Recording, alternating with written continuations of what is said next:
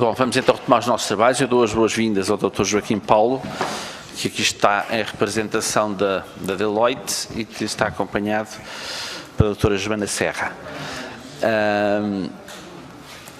E agradeço-lhe a colaboração que se prestou desde logo a dar-nos, desde que tal lhe foi solicitado. E iríamos então iniciar. Eu convido então o Dr. Joaquim Paulo, se quiser, a fazer uma intervenção inicial, após o que passaremos então ao período de perguntas e respostas que hoje se iniciará para a Sra. Deputada Joana Mortágua. Sr. Doutor, faz favor, tem a palavra. Peço-lhe só que... Muito obrigado. Muito bom dia. Só uma breve nota para manifestar a disponibilidade total para responder às questões que nos queiram colocar.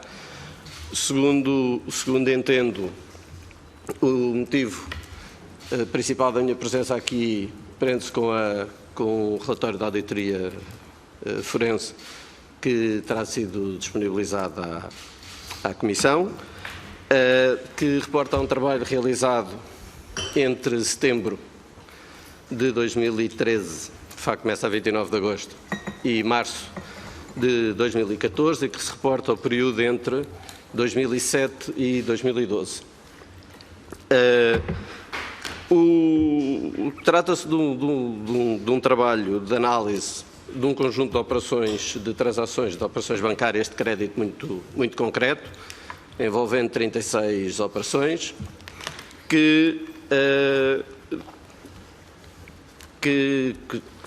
sob um conjunto de clientes também eles selecionados, e que têm um elevado nível de detalhe que consta do relatório. As conclusões, na prática, estão todas plasmadas no relatório. Sendo um trabalho dirigido a uma amostra concreta de operações e de clientes, não compreendeu a formulação de conclusões globais sobre a situação financeira da instituição financeira ou sobre o seu ambiente de gestão e de controle interno. E basicamente era isto. Fica à disposição. Muito obrigado, Sr. Doutor. Vamos então começar, Sra. Deputada Mariana Mortágua, para colocar as suas questões. Faz favor, tem a palavra. Muito obrigada. Queria agradecer a breve apresentação e apenas confirmar se para além da auditoria forense houve outros trabalhos que a Deloitte tenha prestado ao BANIF, ainda que contratado não necessariamente pelo BANIF, mas pelo Ministério das Finanças ou pelo Banco de Portugal, perceber se houve outros relatórios e outros trabalhos que tenha feito. Houve outros relatórios e trabalhos que tínhamos feito. O BANIF nunca foi um cliente particularmente relevante, digamos assim, para a Deloitte. Não fomos auditores, nomeadamente. Temos alguns trabalhos que eu não sei precisar, relacionados com questões de operacionais, de consultoria operacional, digamos assim. Neste período mais recente tivemos esta auditoria forense. Fizemos, ou iniciámos, que depois não foi concluída, uma venda de due diligence relacionada com a venda do banco, e uma avaliação da Companhia de Seguros Açoriana, que também já foi aqui mencionada. Disse-nos que não tirou conclusões gerais, porque a auditoria forense se limitava a uma amostra da carteira ou uma parte da carteira.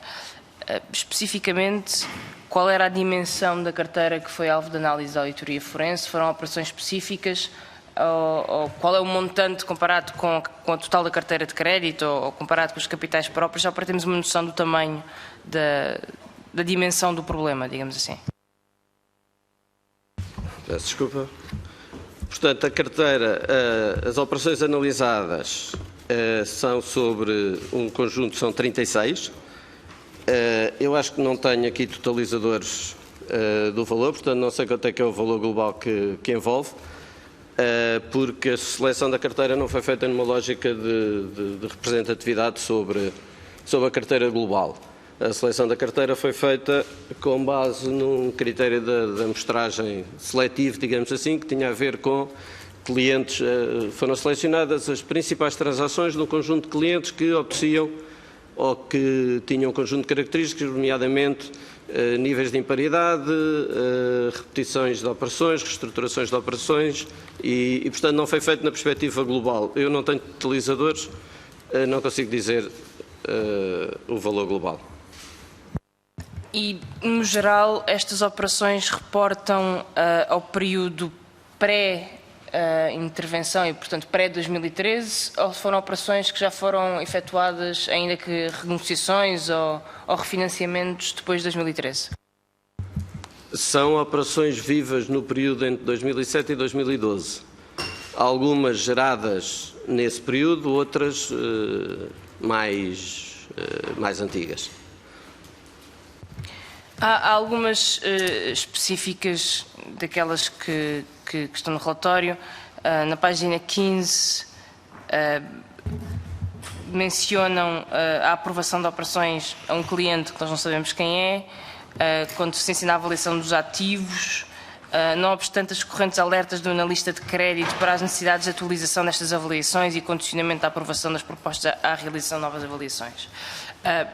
Isto não configura de alguma forma algum tipo de violação, uma vez que há um analista de crédito que diz que as garantias têm de ser reavaliadas. Nota-se que há uma recusa, ou pelo menos negligência ativa, para não reavaliar as garantias ou os ativos dados em garantia deste crédito. Para além de identificar a situação, a administração foi confrontada com este tipo de situações. Houve uma razão, uma explicação para deliberadamente se ter deixado de avaliar garantias de determinados créditos?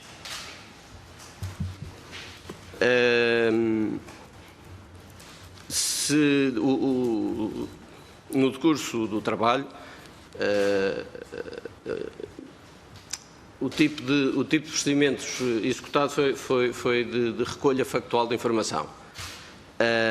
E, portanto, dentro daquilo que era a recolha da informação disponível e aquilo que é a instrução dos processos de crédito, a observação, aquilo que nós observávamos era que, nestes casos concretos, de que em alguns casos o analista tinha uma opinião contrária, não obstante as transações eram aprovadas, mas que na prática, se havia uma justificação para o fazer, e ela constava dos processos, ela está mencionada no relatório. Se não está, é porque não constava dos processos nenhuma explicação adicional. Não houve propriamente depois um ato de confrontação e não nos coube a nós o apuramento depois se aquilo configurava uma irregularidade ou algum tipo de facto merecedor de atenção adicional. E presumo que isso não aconteceu para esta operação nem para qualquer outra. Há uma outra na página 16 que se fala em perdão de juros no valor de quase 1 milhão de euros de perdão de juros de mora e concessão de novo crédito para evitar uma situação de declarado incumprimento. Isto acho que ultrapassa até um bocadinho a má gestão, uma vez que pode, de alguma forma, imputar um prejuízo ao banco desnecessário ao conceder, não só perdoar juros, mas conceder este refinanciamento.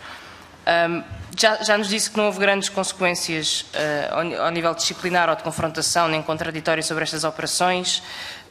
Há uma coisa que era importante perceber. Estes clientes, há um padrão nestes clientes que têm este tipo de operações em que não há avaliação de garantias, há refinanciamento, não há cobrança de juros. São clientes particulares, são clientes empresariais, são clientes situados na região autónoma da Madeira, são clientes com ligações ou mesmo acionistas do banco, para nós tentarmos perceber qual é o padrão que faz com que nos casos e não noutros haja este nível de benevolência, digamos assim. Só uma precisão, eu não disse que não houve consequências, eu disse que não me coube a mim, fazer esse trabalho, portanto não sei se houve ou se não houve. Desconheço esse facto. Não era âmbito do nosso trabalho e, portanto, não foi. Todas estas operações, respondendo à sua questão, todas as operações são de clientes empresas, portanto, corporativos. Não existe propriamente um padrão em termos de localização geográfica, tipologia de operação. Não, a seleção foi feita, no relatório está explicado, a seleção foi feita com base nos incidentes de crédito que existia. O padrão que existe nesta amostra é esse, é tudo clientes com incidentes de crédito e onde, em alguns casos, houve operações de reestruturação, houve novos financiamentos sobre isso, mas padrão em termos de tipo de cliente, região, etc., não. Parte das deficiências encontradas estavam na atividade internacional e, em especial, no Brasil. Na auditoria é dito que faz uma referência a uma auditoria interna à concessão de crédito no Brasil, com base em 15 grupos económicos, e a exposição a estes 15 grupos totalizava 188% do capital próprio, e presumo que seja o capital próprio da filial no Brasil. Não quero imaginar que seja capital próprio do próprio Banif. Avaliou ou teve conhecimento dessa situação em específico? Peço desculpa, não percebi a última parte da pergunta. Não, a minha pergunta é se acompanhou e se avaliou e se estudou a situação no Brasil. Portanto, se tem conhecimento daquilo que se passava no Brasil. Não, relativamente ao Brasil, há 3 operações concretas que foram analisadas, que estão analisadas no relatório e não fomos mais longe do que isso. E essas 3 operações é crédito concedido a 3 clientes específicos? É crédito concedido a 3 clientes específicos, sim. E esses grupos económicos eram grupos no Brasil ou eram grupos em Portugal? Assumindo que foi crédito a grupos económicos, pode ser a pessoas individuais, ou seja, os clientes eram clientes no Brasil ou cá? São empresas brasileiras.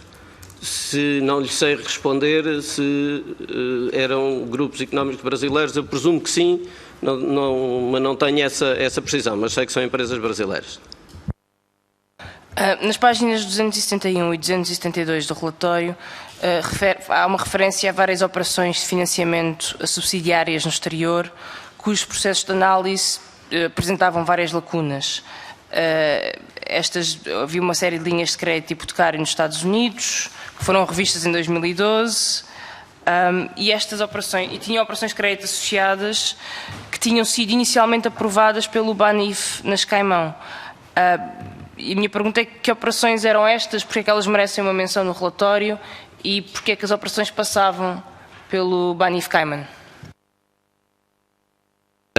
Aqui a única coisa que nós tivemos a ver foi o movimento entre Banif e suas subsidiárias, depois a aplicação concreta das operações não foi em âmbito de trabalho. Ainda assim, porque é que há uma referência a estas operações de financiamento? Há algum problema com estas operações de financiamento? Pelos vistos, havia várias lacunas no processo de análise e gostaria de perceber quais eram. Isto está relacionado com a relação entre o Banif e as suas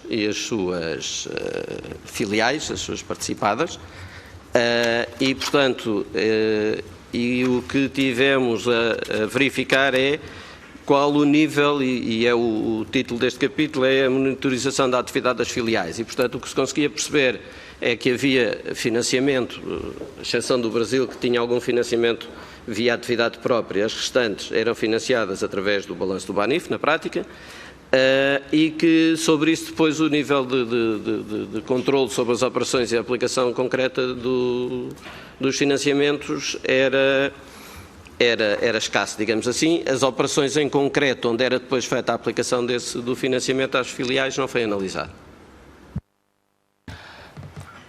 Em relação às filiais, há também nas páginas 273 e 274 referências a transações de carteiras de crédito entre unidades do grupo, e cito, cujos objetivos e substância nem sempre se encontram adequadamente documentados e justificados.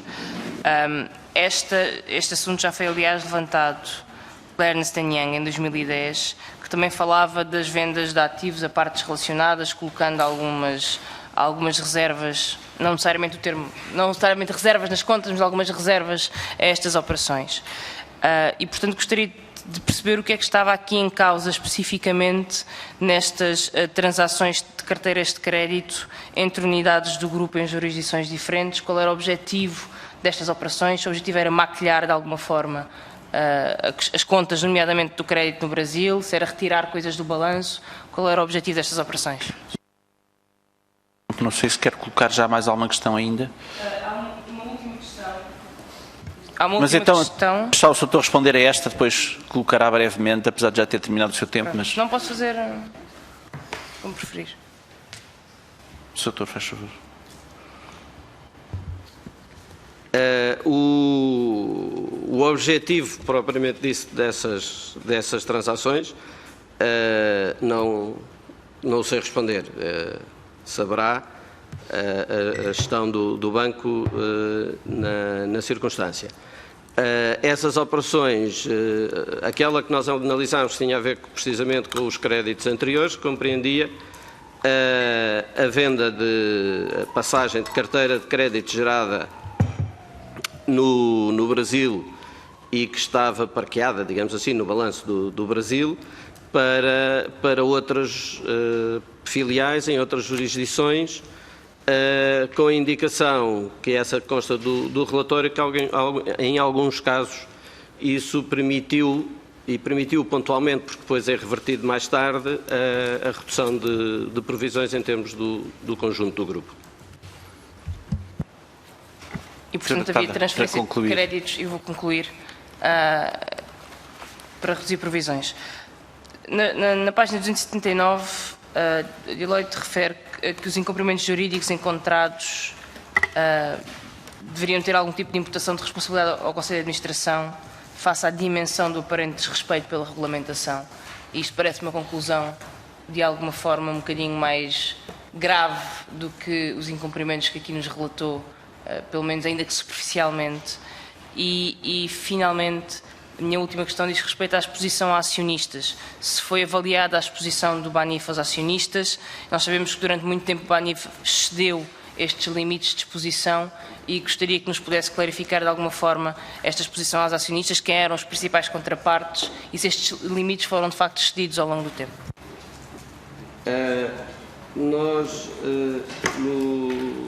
Este enquadramento jurídico que está incorporado na secção 8 tem a ver, mais uma vez, com a nutrição. Desculpa. Dizia eu que este enquadramento jurídico está especificamente relacionado com a atividade das filiais, tal como referido no nosso relatório. O enquadramento jurídico foi feito por uma equipa de juristas, não por mim, porque eu não sou jurista, nem a Deloitte pode exercer essa função. E, portanto, aqui o que eu consigo dizer é a conclusão é aquela que efetivamente está escrita. Peço desculpa. Quanto à exposição a acionistas, há no relatório também uma indicação sobre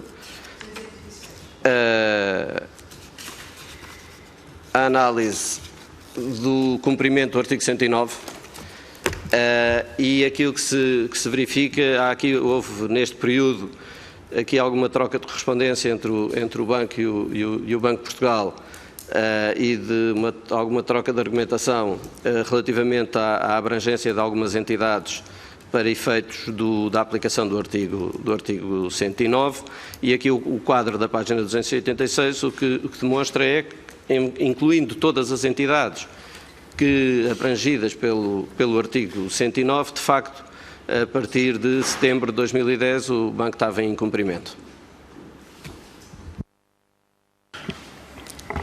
Muito obrigado. Sr. Deputado João Almeida, faz favor. Muito obrigado, Sr. Presidente. Cumprimentar os representantes da Deloitte. A primeira pergunta que eu tinha para colocar era sobre o pedido que foi feito à Deloitte, da auditoria forense. Qual foi efetivamente o pedido feito pelo Banco de Portugal quando solicitou a auditoria forense?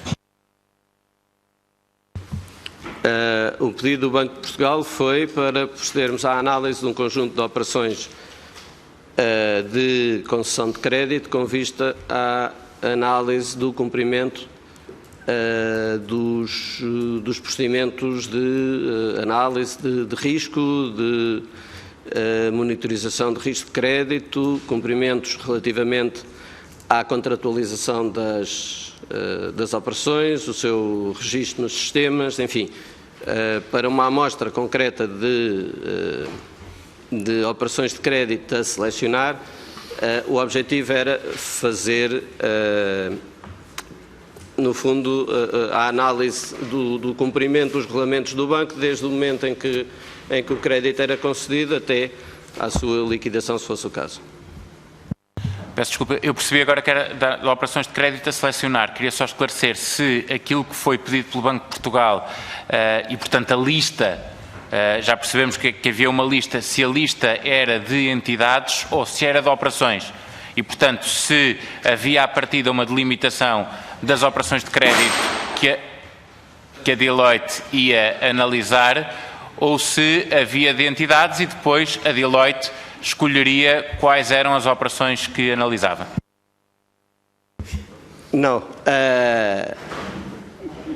Quando do pedido não havia lista, portanto, foi definido um universo à cabeça até de 30 operações, que depois, por via da seleção, chegámos a 36 e elas foram selecionadas já no decurso do trabalho. Portanto, foi o primeiro passo, digamos assim, foi a seleção das operações a analisar. Como é que essa seleção foi feita?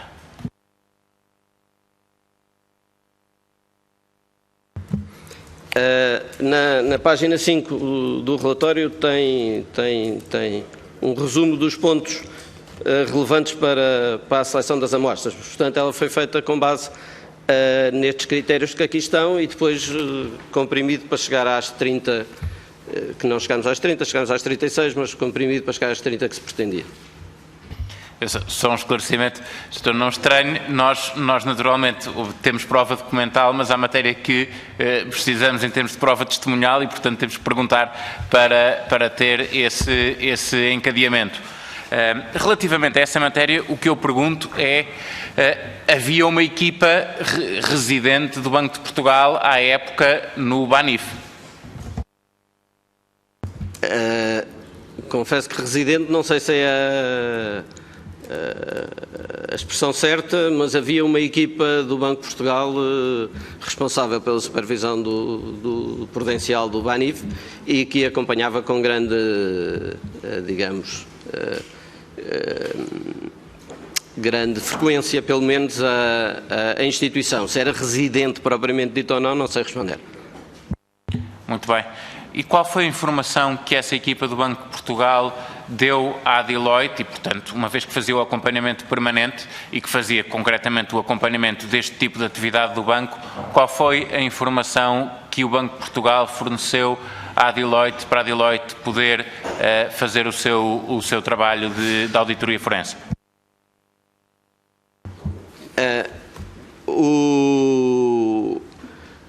Toda a informação usada no nosso trabalho foi obtida diretamente junto do Banif. A equipa do Banco de Portugal acompanhou os trabalhos, a seleção das transações foi feita em conjunto com a equipa do Banco de Portugal e a equipa do Banco de Portugal foi sempre acompanhando a execução do trabalho, nomeadamente em tudo o que tinha a ver com a interação com o banco, no sentido de agilizar ou tornar mais célere o processo de prestação de informação, deram-nos apoio nesse sentido, mas de resto a informação foi obtida junto do banco, dos serviços do banco.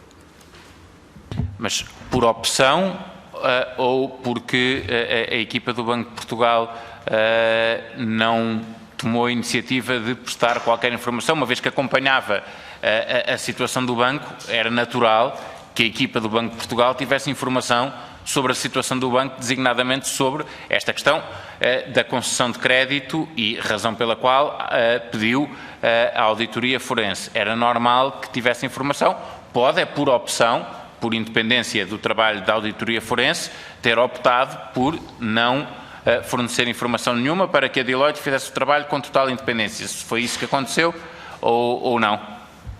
Sim, por método, digamos assim, por metodologia e para que as conclusões de facto, porque aqui o objetivo deste tipo de trabalho é identificar as operações e levantar prova, digamos assim, sobre as mesmas e, portanto, por metodologia de trabalho, a opção foi que a informação seria recolhida toda junto do Banco de Portugal.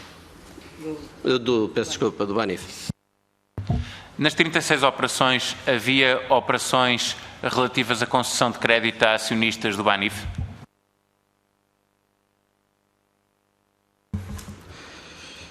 Havia, pelo menos, de entidades relacionadas, sim.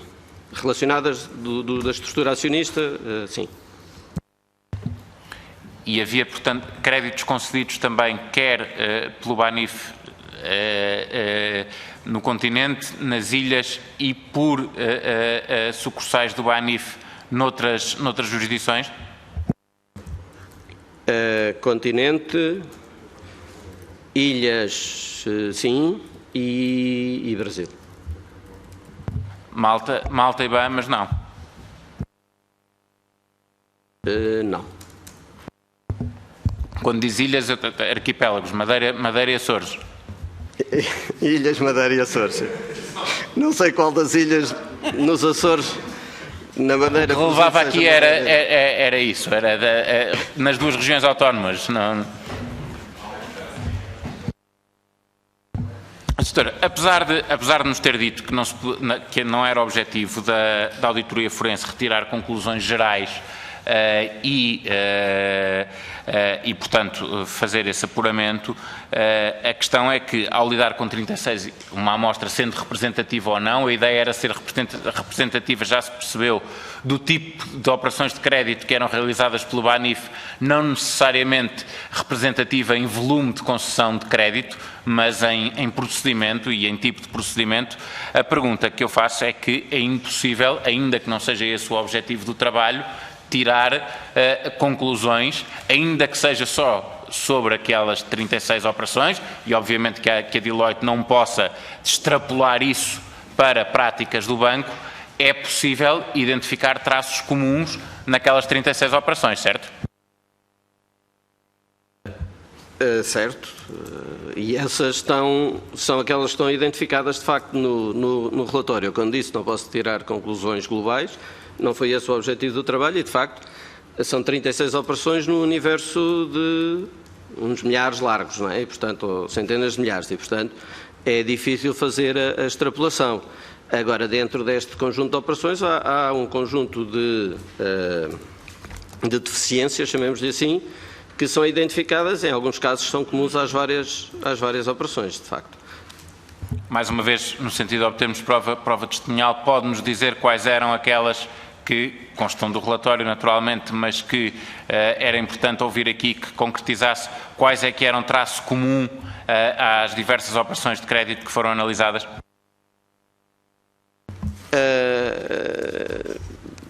Eu posso tentar resumir. Aliás, já agora só uma nota de organização.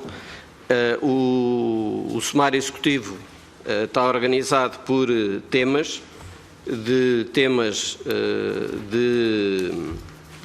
chamemos de situações típicas ou situações tipificadas e que, portanto, isto não está estruturado operação a operação. Portanto, cada um destes pontos que está aqui nas páginas 15 a 20 e qualquer coisa, salvo erro, a 20, são, na maior parte dos casos, situações que foram observadas em mais do que uma operação ou em mais do que um momento na mesma operação.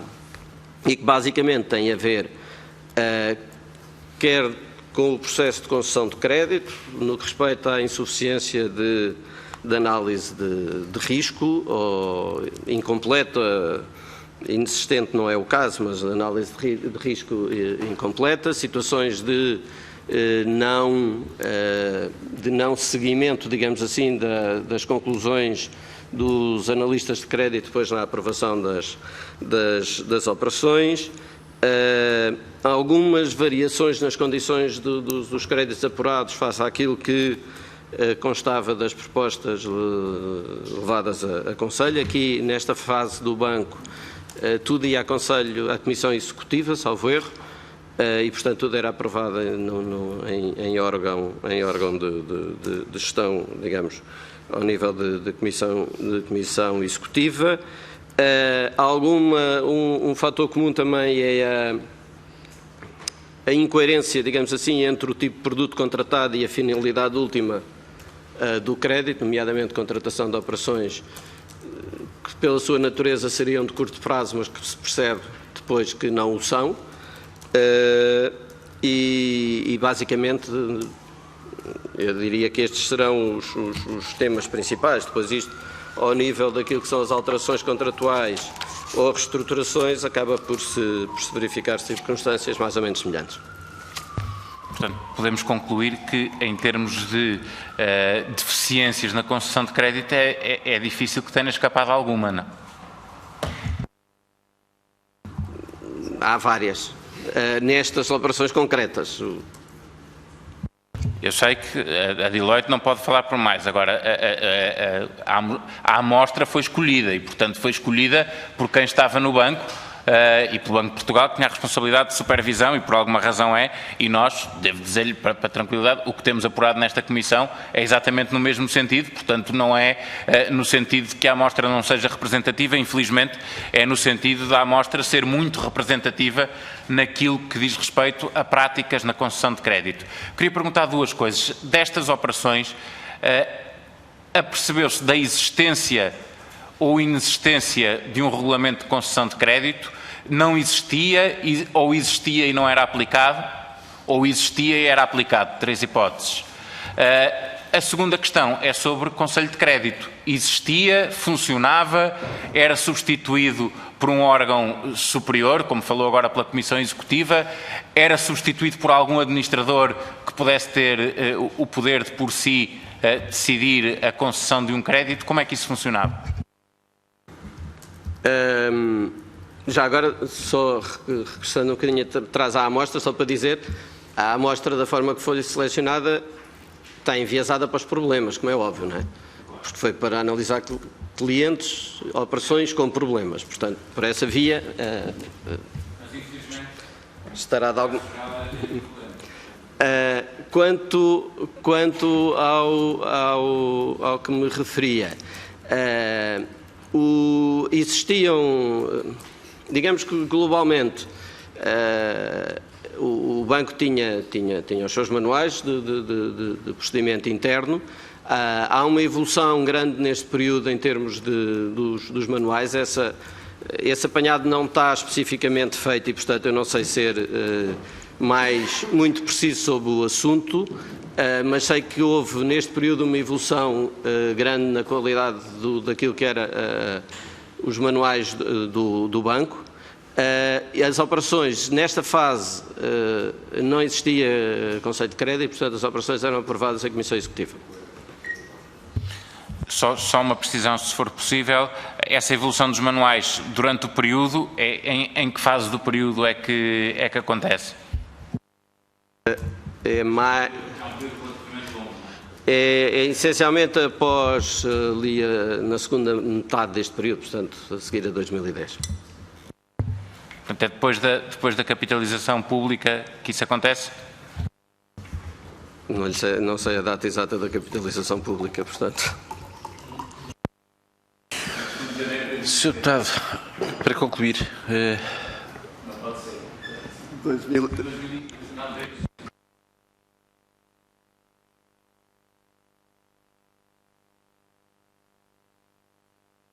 Fiquei com uma dúvida sobre o Brasil e à pergunta que a Sra. Deputada Mariana Mortágua fez e aos 3 clientes e aos grupos que referiu. Foi analisada, ainda que sejam empresas brasileiras, foi analisada a estrutura acionista destas empresas no sentido de saber se, sendo empresas brasileiras, eram empresas brasileiras de facto ou eram empresas brasileiras de direito que tinham como acionistas empresas ou pessoas de nacionalidade portuguesa? Não sei responder. Portanto, não sabe responder? Não, não quer dizer, saberá responder se foi analisada a estrutura acionista? Não foi analisada a estrutura acionista. Obrigado. Muito obrigado, Sr. Deputado. Vamos passar agora ao Sr. Deputado Miguel Tiago, PCP. Faz favor. Muito obrigado, Sr. Presidente. Também gostava de cumprimentar os representantes da Deloitte e agradecer estas informações sobre o trabalho realizado a cabo ao longo da produção deste relatório da auditoria forense. As práticas, algumas das práticas estão muito bem descritas neste relatório e era preciso nós compreendermos, acima de tudo, pelo menos da parte do PCP, como é que ao longo do tempo foi possível acumular, porque se detectaram estas irregularidades num conjunto de 36 operações, imaginemos que para o conjunto das operações do banco as irregularidades fossem muito mais vastas e, portanto, é preciso compreendermos, e esta Comissão tem interesse em perceber como é que foi possível acumular operações com tantos problemas no balanço de um banco. E eu gostava de lhe perguntar, em primeiro lugar, se os dados que a Deloitte recolhia eram fornecidos pelo banco e se no formato em que eles eram fornecidos alguma vez foram detectados problemas ou incoerência entre os dados provocada por falta de qualidade do registro informático ou do sistema informático.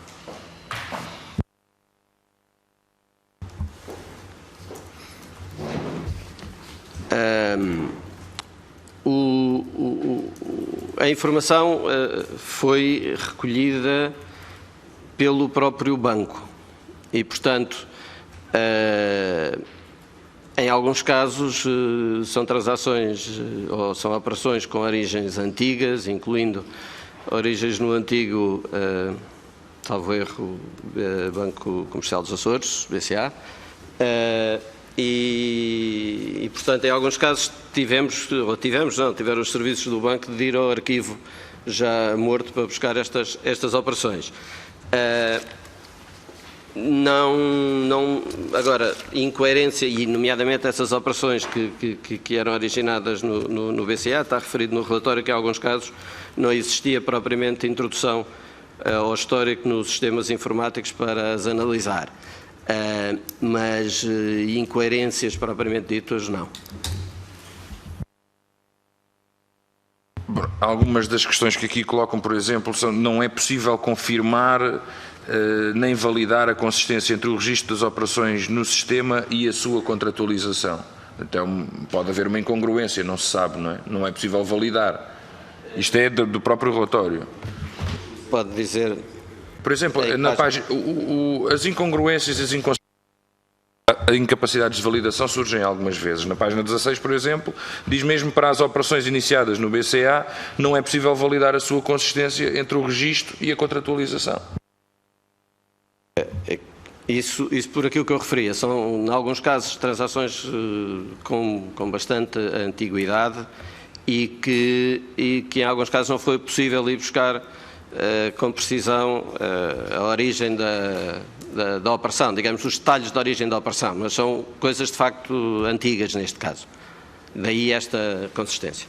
E sobre a concessão de crédito, nós já percebemos que eventualmente existiria um regulamento, mas esse regulamento também não teria utilidade absolutamente nenhuma, e aqui são referidas operações em que há um desaconselhamento, operações desaconselhadas pela avaliação de risco e que depois são concretizadas. Quantos membros da Comissão Executiva eram necessários para autorizar uma operação por cima da avaliação de risco?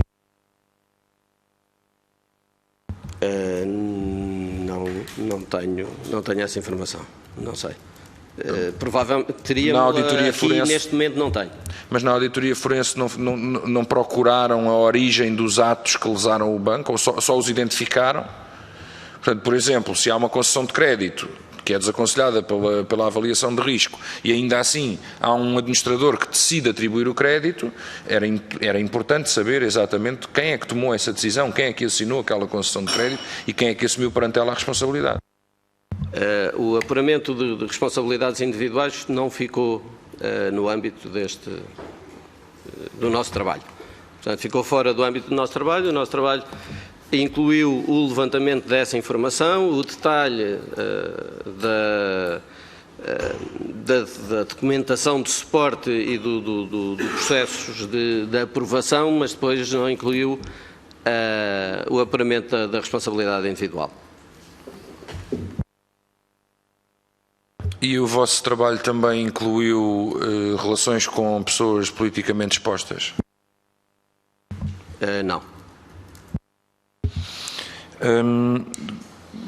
Eu gostava também de lhe perguntar se lhe parece razoável, apesar da amostra no vosso caso ter sido dirigida e nos outros casos ser aleatória, durante as auditorias comuns por parte de auditores externos são aleatórias, mas se é razoável este tipo de práticas nunca ter sido alvo de qualquer reparo por parte de um auditor externo. No âmbito do vosso trabalho, enquanto auditores externos de entidades bancárias, ao detectarem práticas deste tipo, qual seria o procedimento normal?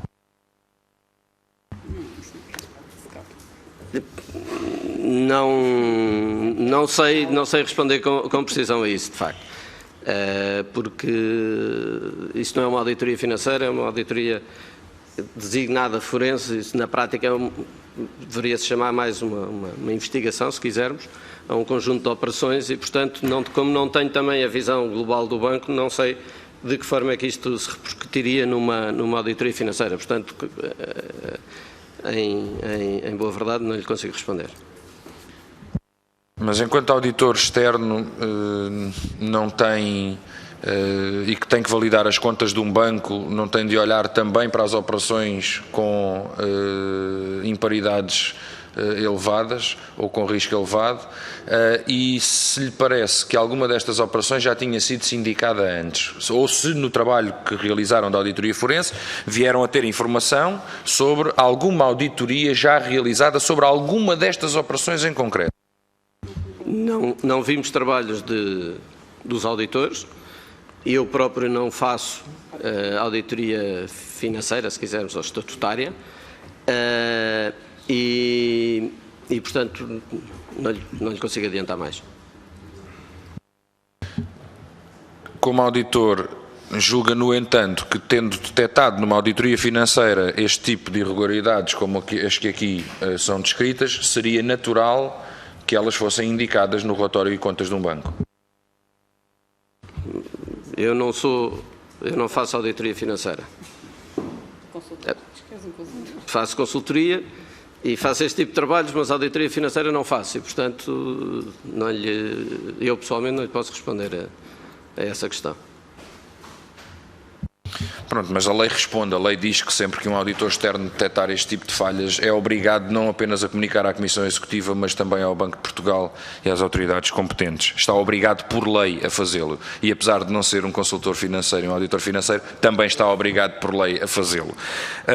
Eu também gostava de lhe perguntar sobre as equipas permanentes do Banco de Portugal e a fiscalização da DGT. O período que a Deloitte avalia é um período em que este banco tem garantias públicas. Portanto, é detentor de garantias pessoais do Estado, na altura, aliás, atribuídas pela senhora Secretária de Estado do Tesouro, Maria Luísa Albuquerque. Eu pergunto-lhe se se interagiu em algum momento com os dados recolhidos pela Direção-Geral do Tesouro ou com a Direção-Geral do Tesouro, tendo em conta que a Direção-Geral do Tesouro, por lei, estava obrigada a fiscalizar este banco, tendo em conta que ele era detentor de garantias públicas. Não, a nossa relação foi só com o banco e com o Banco de Portugal. E com o Banco de Portugal, também uma última pergunta. O Banco de Portugal,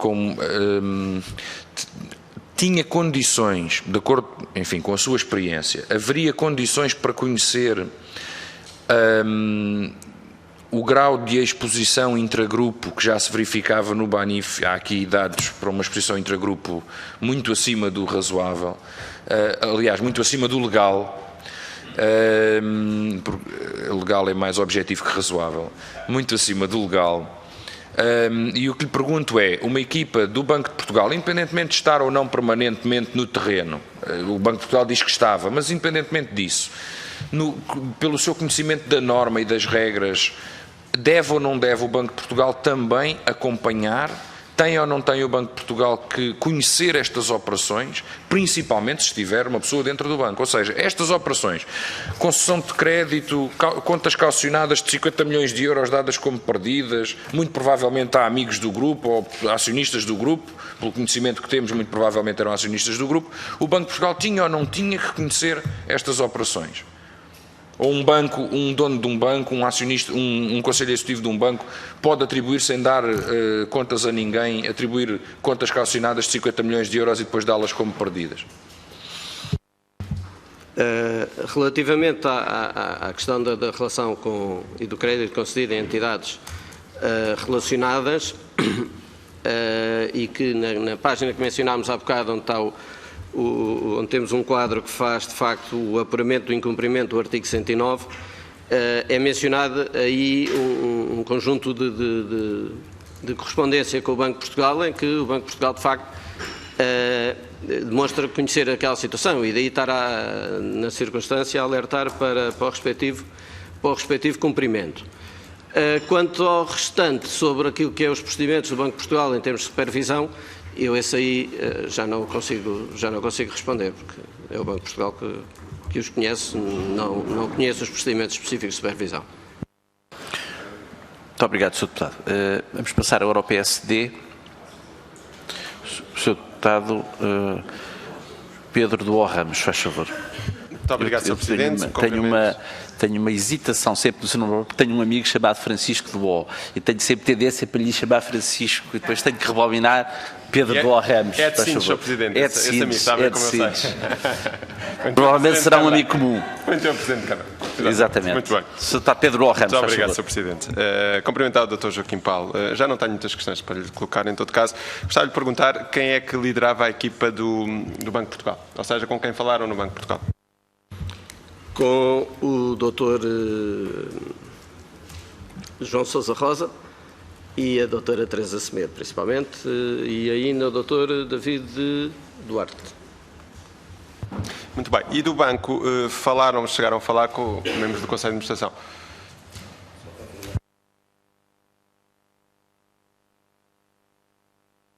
Peço desculpa, é Vasco Duarte. Chamei David. Com o banco, nós lidávamos diretamente com o Dr. Bruno de Jesus, que, salvo erro, era o secretário-geral da instituição à data, mas não diretamente com o Conselho de Administração ou a Comissão Executiva. Portanto, nunca falaram nomeadamente com o Dr. Marcos Santos? Não. Muito bem. Sr. Doutor, o vosso período de análise desta auditoria forense foi 2007 a 2012. Em todo caso, realizaram o trabalho, salvo erro, em setembro de 2013, como mencionou logo na primeira vossa intervenção. A pergunta que lhe faço, enfim, é que se sabe, uma vez que já estava uma nova administração, uma nova equipa no banco, se apercebeu da mudança de algumas das deficiências que, entretanto, vocês foram verificando, se percebeu que de facto existiam mudanças na nova equipa relativamente ao suprimento dessas irregularidades. Eu sobre isso sei dizer-lhe que houve uma evolução na regulamentação, em toda a regulamentação interna do banco e na organização do banco. Quanto a consequências práticas disso, não sei, porque não abrangiu o âmbito do nosso trabalho, portanto não sei dizer, mas sei que de facto houve uma evolução naquilo que era a organização e na regulamentação interna do banco. Muito bem. Sr. Doutor, não haverá mal, eu vou insistir um pouco no que o deputado Miguel Tiago falou. nomeadamente, é verdade que tem aqui uma amostra de 36 clientes, que é seletiva, que é uma auditoria forense, não uma auditoria financeira, estatutária. Em todo caso, de facto, o nível e o grau de irregularidades detectadas pela Deloitte são elevadas.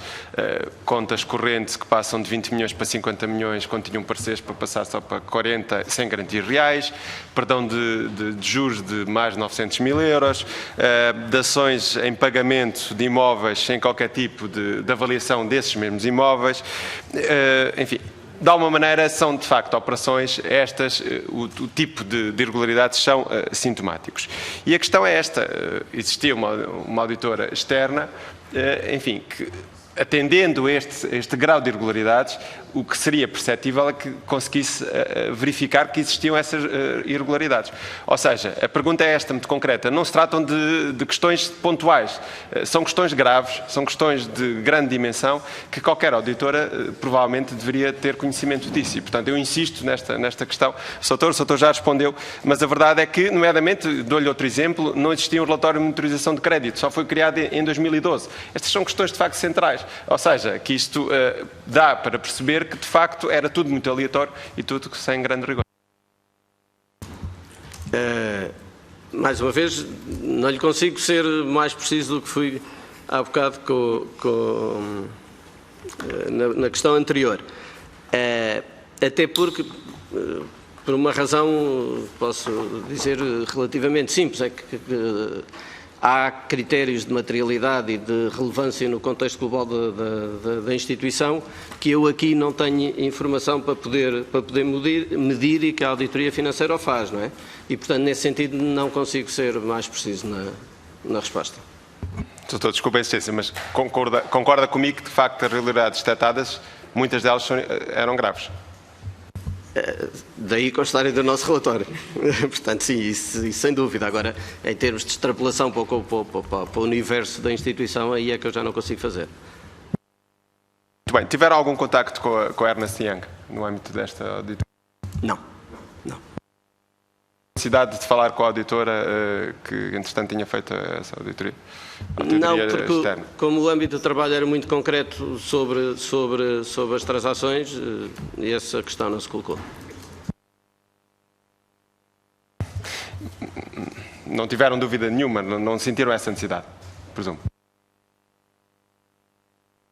Não. Tendo em conta o âmbito do trabalho, não houve essa necessidade. O doutor menciona aqui que houve operações aprovadas com pareceres desfavoráveis por parte da Direção de Crédito e Direção de Risco, nomeadamente pelo Conselho de Administração. Confirma isso? Sim, as operações eram todas aprovadas em Comissão Executiva, penso. E tomaram nota de que algumas com pareceres desfavoráveis? Algumas com pareceres desfavoráveis, sim. Sr. Presidente, nada mais. Muito obrigado. Muito obrigado, Sr. Deputado. Segue-se então agora para completar esta ronda, Sr. Deputado Hugo Costa, do Partido Socialista. Faço favor, Sr. Deputado. Sr. Presidente, Sr. Dr. Joaquim Paulo, agradecer em primeira instância, em nome do Grupo Parlamentar do Partido Socialista, a sua disponibilidade para estar aqui na Comissão Parlamentar de Inquérito a prestar os esclarecimentos em nome da Deloitte. Uma primeira questão que não tem a ver com a auditoria forense, tem a ver com a auditoria especial à carteira de imóveis do Grupo. Foi a Deloitte que fez esta auditoria? Essa auditoria, se é aquela que eu estou a pensar, não chegou a ser feita. Foi uma auditoria pedida em 2015, correto? Em 2015. E pelas informações, nomeadamente do Banco de Portugal, quando essa auditoria foi pedida, existia um conjunto de referências, nomeadamente sobre os imóveis não estarem corretamente avaliados, sobre os critérios não terem sido mais corretos. Não acha, pela sua experiência ligada à consultoria financeira, que em 2015 foi demasiado tarde para pedir esta auditoria? Talvez em 2012 ou em 2013 teria sido preferível? Não lhe consigo responder. Desconheço. Esse assunto não foi tratado pessoalmente por mim, portanto desconheço os pormenores do mesmo.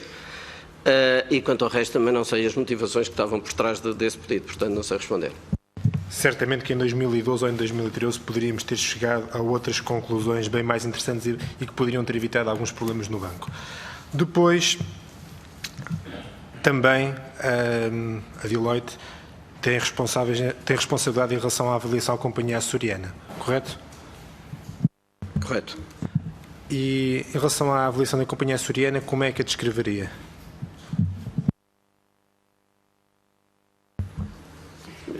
Pode ser mais preciso, faz favor.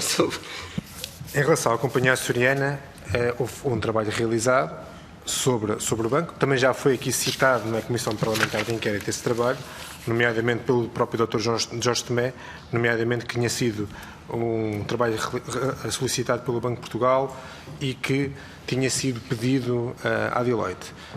Explicitar qual foi o objetivo desse relatório e em que datas é que esse relatório foi realizado. Esse trabalho foi-nos pedido pelo banco, pela administração do Banif, na altura pelo Dr. Vítor Nunes, e a única informação que tivemos é que ele se visava dar resposta a um pedido do Banco de Portugal e que, portanto, pretendia-se uma avaliação independente da Companhia de Seguros Açoriana. Era este o enquadramento. Em que data, Sr. Doutor?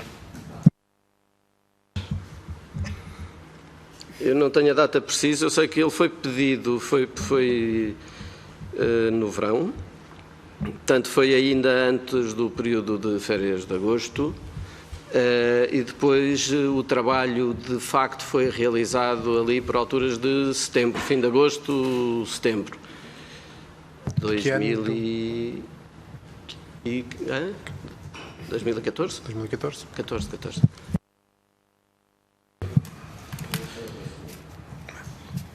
Em relação à auditoria forense, que foi, digamos assim, o centro desta audição, trata-se de uma auditoria por amostragem, contudo, é sempre possível fazer alguma extrapolação estatística, ou não?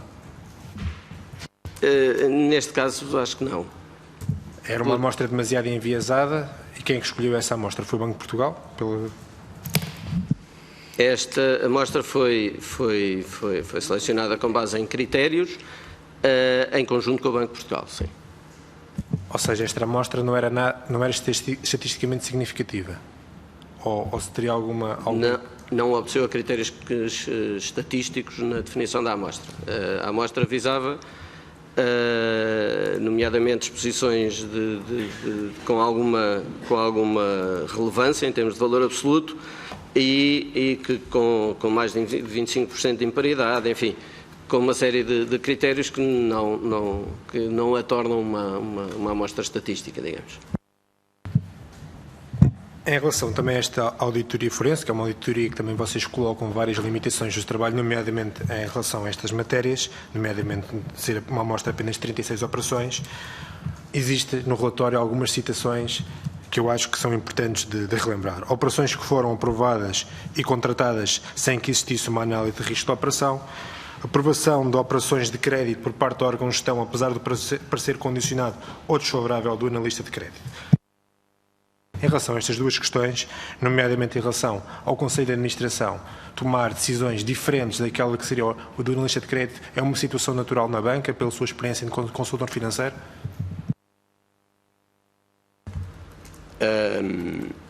Eu acho que esse tipo de operações têm que ser vistas em função das suas características específicas de cada uma. Cada uma é uma situação diferente. Acho que não dá para generalizar nessa perspectiva. Mas neste caso eram operações relacionadas com o Brasil, eram operações relacionadas com os próprios acionistas? Que tipo de operações é que eram? Não tinham que ser operações, não eram necessariamente operações de entidades relacionadas, nem operações do Brasil. Verifica-se em operações que não têm essas características. Outras das questões que foram colocadas na auditoria forense têm a ver com alterações da periodicidade de juros para evitar vencimento de algumas operações, também alteração de critérios com novos empréstimos. Estamos a falar claramente de práticas de má gestão de crédito. Nomeadamente, todos os princípios da boa gestão de crédito não colocam essas perspectivas. Correto? Não lhe posso responder exatamente assim. A questão é qual é que é a consequência que isso tem depois em termos da constituição de provisões e imparidades, porque as operações podem ser renovadas com o objetivo de procurar maximizar a recuperação do próprio crédito. Portanto, não dá para dar uma resposta sim ou não, não é? Sim, mas neste caso, até pelas considerações que são colocadas, não foram certamente essas as situações, colocando também o banco em algumas situações e obrigando o banco, como até já foi aqui referido nesta Comissão Parlamentar de Inquérito, como um banco péssimo, citação de um ex-administrador do banco. Perante todos estes dados, consideramos certamente graves. Que consequências é que acredita que estas situações tiveram na gestão do banco? Ou não tem dados para nos dar sobre essa matéria? Não percebi o sentido da resposta da pergunta. Perante todos estes dados, certamente existiram consequências graves na gestão do banco e no dia-a-dia do banco. Ou não tem dados sobre esta matéria? Não tenho dados sobre as consequências que este relatório teve sobre a gestão do banco. Isto são operações, como eu lhe disse, como eu disse há pouco, são operações que eram operações com problemas e, portanto, eu acho que aquilo que se consegue dizer é que as operações que tinham por incidentes de crédito, na prática, têm a coincidência de ter este nível de problema, digamos, mas mais que isso não consigo dizer. Bem sei que o Sr. tem responsabilidade na área da consultoria financeira e não da auditoria, nem da consultoria fiscal da Deloitte, contudo, não seria, e certamente tem experiência na área, nomeadamente Ernst & Young, quando foi auditora do banco, não teria responsabilidade de encontrar estas situações? Ou... Eu não sei se encontraram ou não. É a minha resposta a isso. Não sei se encontraram ou não e, tendo encontrado, não sei até que ponto é que isto estava ou não estava refletido ou que impacto é que tinha na apreciação global da situação financeira do banco. É isso que faz o auditor financeiro e, portanto, não sei se encontraram ou não. Pois, é que a Ernst & Young passou grande parte deste período praticamente não colocando qualquer tipo de reservas nas contas do banco, colocando apenas algumas anotações, ao contrário, por exemplo, da Price, que inicialmente também seguiu esse princípio e depois já numa fase muito final, qual salvar a honra do convento, apresenta um relatório completamente demolidor em relação à gestão do banco. Por isso, apenas colocar também essa matéria. Depois, também, tanto quanto sei, a Deloitte tem alguma responsabilidade, alguma responsabilidade no processo de venda voluntária do banco, correto? Pelo que nos foi dito aqui, nomeadamente pelo Dr. Vieira Monteiro, na audição do Santander. Na venda, não. Não, no processo de consultoria para voluntária do banco. Nós iniciámos, digamos, foi-nos contratado e iniciámos o trabalho, não concluído, porque não deu tempo para isso, o vendor due diligence do banco e do carve-out para efeitos de apoio ao processo de venda. Nesse processo, quando e por quem foram contratados? A data e quem os contratou?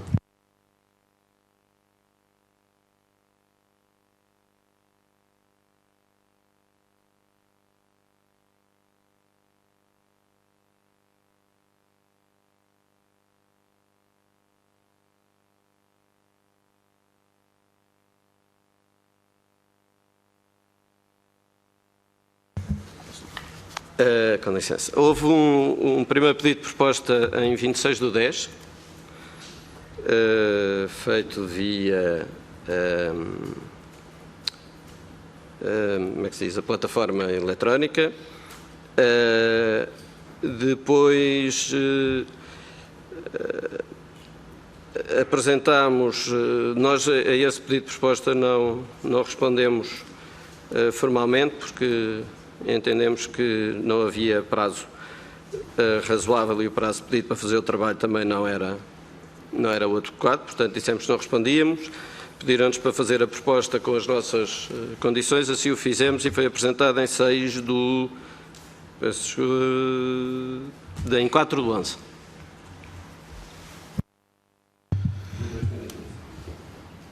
Com que entidades nesse processo é que mantiveram contactos? Com a Apollo, com o Santander, correto?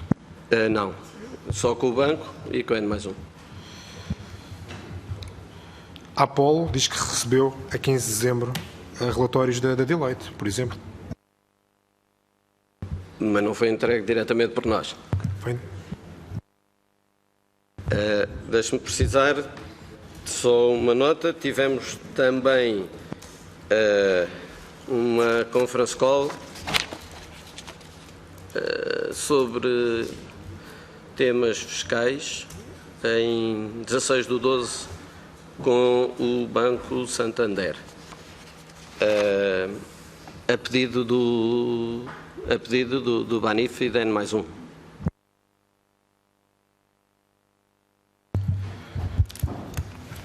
O Dr. Vieira Monteiro, quando aqui esteve nesta comissão de inquérito, disse que o Banif que devia ter apresentado pela Deloitte um conjunto de relatórios que nem todos foram apresentados, nomeadamente faltavam alguns itens. Podia-nos esclarecer essa situação? Posso. Como eu dizia, portanto, a proposta é de início de novembro. Entretanto, o trabalho depois começa mais tarde, passado talvez 2 semanas, e portanto, esse documento que nos foi pedido para produzir a dada altura foi produzido a meio do trabalho. E, portanto, ele tinha, eu penso que o Dr. Viana Monteiro também o referiu, que tinha um índice prometedor, mas depois o conteúdo não estava preenchido, precisamente porque foi pedido a meio e, portanto, foi apenas uma apresentação de trabalho. O trabalho não chegou a ser concluído, foi interrompido.